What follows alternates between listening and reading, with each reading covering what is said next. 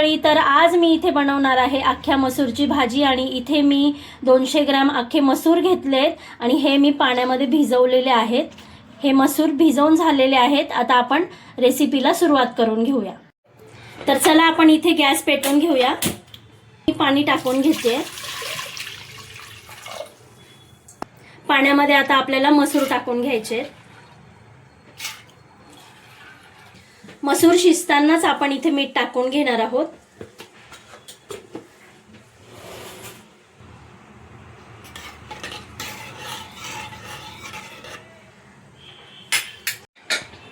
आता आपण कुकरचं झाकण लावून घ्यायचंय आणि 2 शिट्ट्या काढून घ्यायच्या। आपण इथे एक मोठा कांदा घेतलेला आहे। आता हा कांदा आपण कापून घ्यायचा आहे।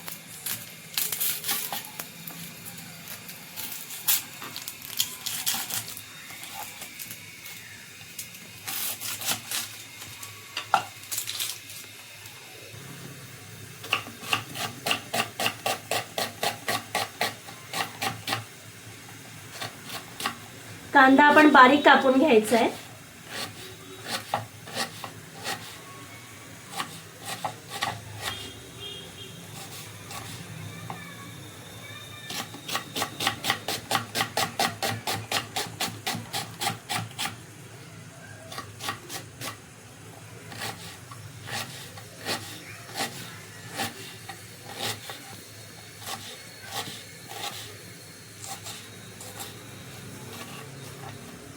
आपला कांदा इथे सगळा कापून झालेला आहे।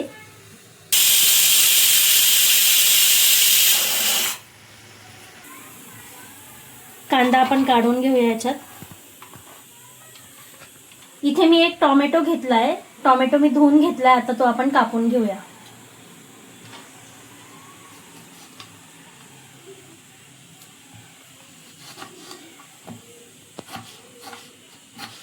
टोमॅटो सुद्धा आपल्याला बारीक कापून घ्यायचा आहे।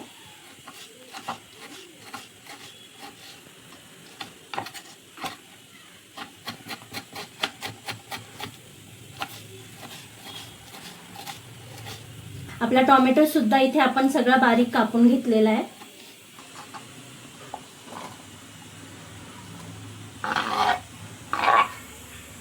इथे मी मूठभर कोथिंबीर घेतली आहे। कोथिंबीर सुद्धा आपण बारीक कापून घेणार आहोत।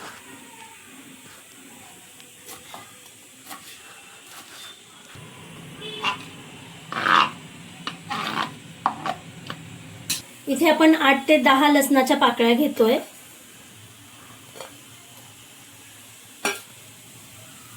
आलं घ्यायचं एक तुकडा आणि आता हे आपल्याला ठेचून घ्यायचं आहे।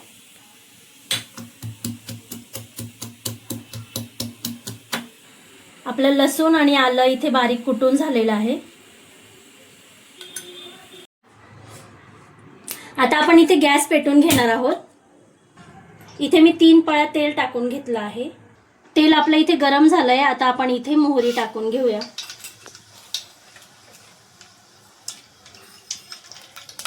थोडं जिरं टाकायचं आहे।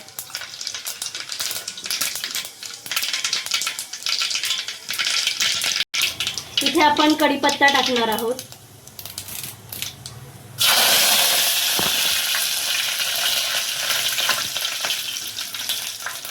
आता कांदा टाकून घ्यायचा आहे।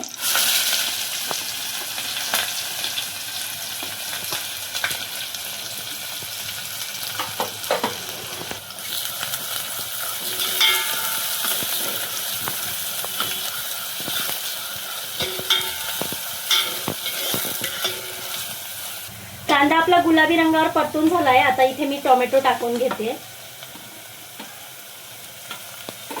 टोमॅटो टाकून परत एकदा परतून घ्यायचंय छान।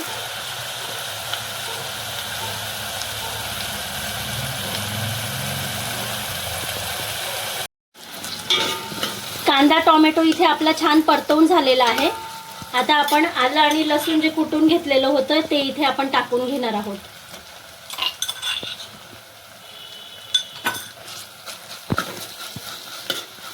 हे सगळं परत एकदा छान मिक्स करून आणि परतून घ्यायचंय।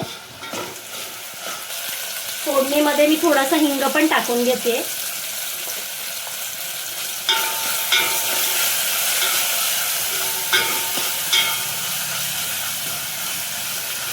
हिंग टाकल्याने कुठल्याही पदार्थाला छान चव येते, त्यामुळे हिंग टाकायचं आणि पोटासाठी सुद्धा हिंग खूप चांगला असतो. आता आपण इथे हळद टाकून घ्यायची आहे. इथे मी अर्धा चमचा हळद टाकली आहे.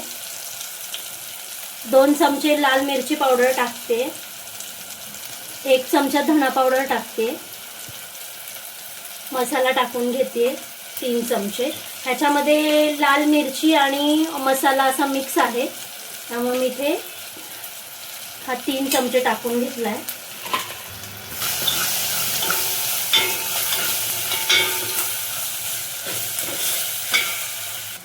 काळा मसाला इथे मी 1 चमचा टाकते. आता आपण इथे थोडीशी कोथिंबीर टाकून घेऊया आणि परतून घ्यायचं.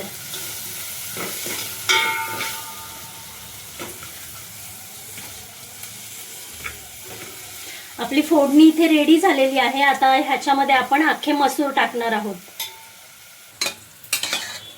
आपले अख्खे मसूर छान शिजलेले आहेत. आता हे अख्खे मसूर आपल्याला फोडणीमध्ये टाकून घ्यायचे.